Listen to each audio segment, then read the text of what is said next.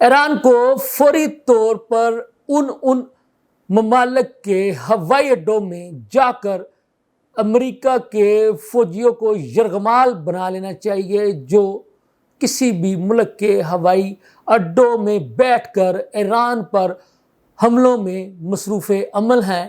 یہ تجویز ایران کے کس اہم رہنما نے ایرانی حکومت کو دی ہے، آپ کو یہ بتاؤں گا۔ جے ڈی وینس نے اس بندے کا، اس سازشی کا نام بتا دیا ہے جو ایران اور امریکہ کے درمیان کشیدگی کو کم کرنے کی بجائے اس کو بڑھانے کی کوششوں میں دن رات مصروف عمل ہے۔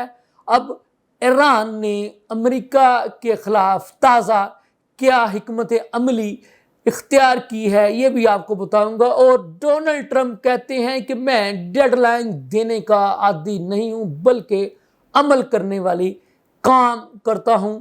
تو لمحہ نیوز کے ساتھ میں ہوں آپ کا میزبان شہزاد ملک۔ ناظرین، بات یہ ہے کہ جے ڈی وینس جو کہ امریکہ کے نائب صدر ہیں، انہوں نے ایک بہت ہی بڑی خبر سے پردہ اٹھاتے ہوئے بتا دیا ہے کہ اسرائیل میں بیٹھے کچھ لوگ یہ نہیں چاہتے کہ ایران اور امریکہ کے درمیان جو یادداشت یعنی جو معاہدہ طے پایا، جو MOU ہوا ہے، اس پر عمل درآمد ہو سکے۔ جے ڈی وینس کہتے ہیں کہ اسرائیل میں بیٹھے ہوئے کچھ لوگ سازشوں میں مصروف ہیں اور ان کی دن رات یہی کوشش ہے کہ انہوں نے کیسے امریکہ اور ایران کے درمیان تعلقات کو ہوا دینی ہے، یعنی کشیدگی پیدا کرنی ہے اور جنگی صورتحال پیدا کرنی ہے۔ تو جے ڈی وینس نے کہہ دیا ہے کہ ایسے لوگوں سے امریکی صدر ڈونلڈ ٹرمپ کو خبردار ہونا پڑے گا۔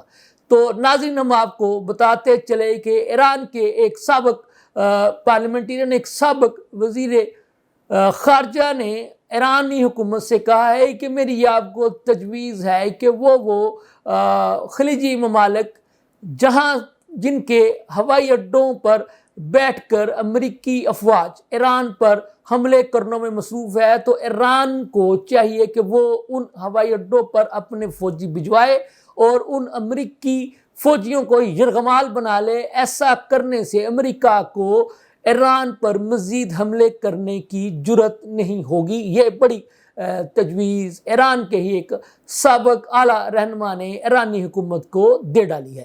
تو ادھر آمن ہرمز کی بندش کی وجہ سے غذائی قلت بھی پیدا ہونے کے خدشات پیدا ہو گئے ہیں۔ پیٹرولیم مصنوعات کی قیمتیں بھی یقینی طور پر بڑھنے کے خدشات جو ہے وہ پیدا ہو چکے ہیں۔ ادھر اقوام متحدہ نے بھی مطالبہ کیا ہے کہ فوری طور پر آمن ہرمز کو کھولا جائے، ناکہ بندی ختم کی جائے۔ ایران امریکہ پر اقوام متحدہ نے ایک مرتبہ پھر زور دیا ہے کہ وہ اپنے تعلقات کو معمول پر لے کر کے آئیں۔ ادھر امریکی صدر ڈونلڈ ٹرمپ یہ کہتے ہیں کہ میں کسی کو ڈیڈ لائن دینے کا عادی نہیں ہوں، لیکن ساتھ ہی وہ یہ کہتے ہیں کہ یہ ایران پر منحصر ہے کہ وہ ہمارے ساتھ کیسے چلتا ہے۔ وہ کہتے ہیں نہیں تو آئندہ ہفتے ایران کے اندر جتنے بھی بجلی کے کھمبے ہیں، یعنی جو ان کی توانائی کی جو بھی تنصیبات ہیں، ان کو نشانہ بنایا جائے گا اور ایران کے جتنے بھی برج ہیں، پل ہیں، ان کو بھی تباہ و برباد کر کے رکھ دیا جائے گا۔ اور کہتے ہیں کہ میں تب تک اپنی امریکی فوج کو ان حملوں سے نہیں روکوں گا جب تک میں اس بات سے مطمئن نہ ہو جاؤں کہ میں جو چاہتا تھا کہ ایران کو اس حد تک